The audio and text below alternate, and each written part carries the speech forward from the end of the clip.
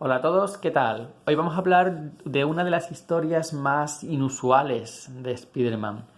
Una historia que podía, y de hecho funciona perfectamente, sin tener nada que ver con el arácnido ni con su universo, y que simplemente se titula Spider-Man por motivos comerciales, pero que no tiene nada que ver con pijameo. Es una historia de género negro muy bien hecha, que funciona perfectamente, hecho por dos pesos pesados en aquel momento, de Mattheis, el autor de La última cacería de Kraven, y John Romita Jr., cuando aún sabía por qué lado se coge el lápiz para dibujar.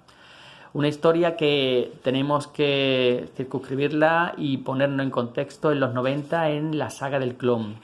Un momento muy bajo, quizás el más bajo de la historia de Spider-Man, en el que Marvel, los editores de Marvel, decidieron que el personaje no funcionaba no porque llevaba años de historias mediocres, no porque le daban dibujantes que encontraban por la calle jugando con un lápiz, no porque las tramas se contradecían y no tenían sentido.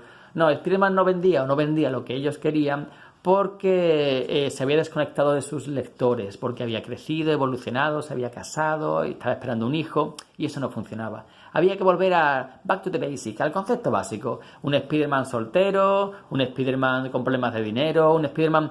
Así que lo que hicieron fue aprovechar una trama de décadas atrás en la que el Chacal, un villano, había creado un clon de Spider-Man que al final murió en una pelea y eso se quedó ahí, eso no tiene más, no tuvo más importancia. Pero años después se utiliza esa excusa, esa trama para decir que el Spider-Man que habíamos conocido durante las últimas décadas era el clon, un clon que creía ser el auténtico Peter y que vivió su vida ocupando su lugar en el trabajo, como con tía May, y ocupando también el lugar de Spider-Man.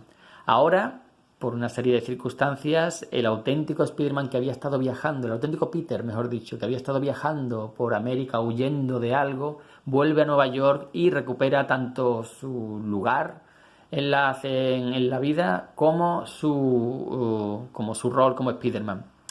Eso se llevó a cabo trayendo a este Spider-Man, ya digo, con el nombre de Ben Reilly, tiñéndole el pelo de rubio, y eso empezó en esta colección, Spider-Man Redención, en la que de Mattheis, junto a Mike Zeck, los autores de La última cacería, pues nos cuentan de nuevo esa adaptación de Peter a su antigua vida, tomando el rol de Spider-Man, pero asumiendo la personalidad de Ben Reilly, teñiéndose el pelo y tal y cual, y mientras huía de este personaje que durante mucho tiempo nadie supo quién era, que le perseguía y le culpaba de su vida. Eran unos cómics muy oscuros, unos cómics muy dramáticos, una época oscura dentro del personaje.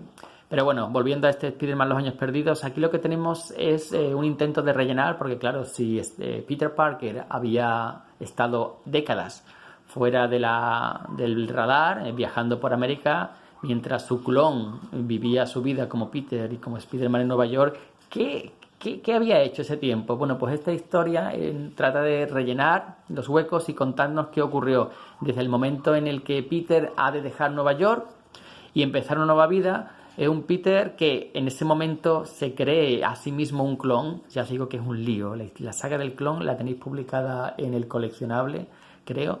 Si no ha salido ya, sí. Y es de verdad un lío. Pero bueno, básicamente el Peter original se cree a sí mismo ser un clon, así que abandona Nueva York porque no tiene derecho a ocupar la vida de otro hombre por más que quiera. Deja a Mary Jane, deja a tía May, deja su rol como Spider-Man y se va amargado.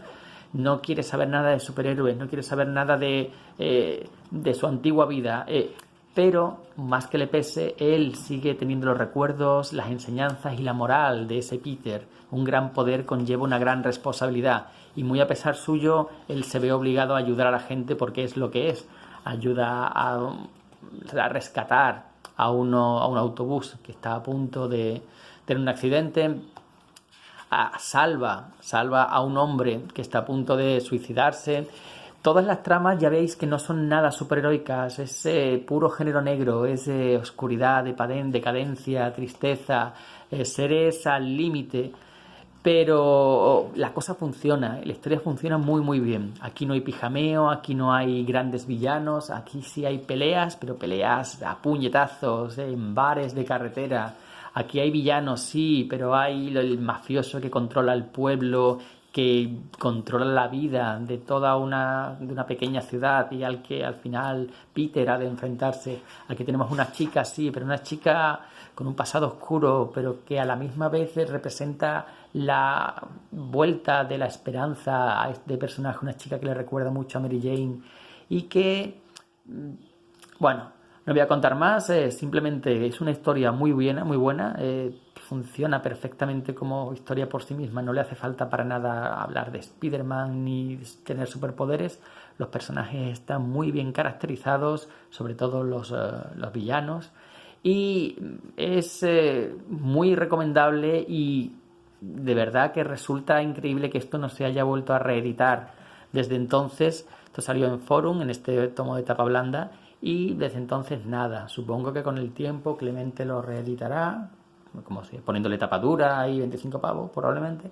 Pero el caso es que esto lo podéis encontrar de segunda mano, quizás a precios altos para ser segunda mano.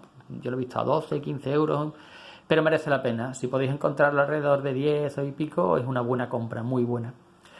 Y nada más, hoy cortito. Un saludo y hasta la próxima.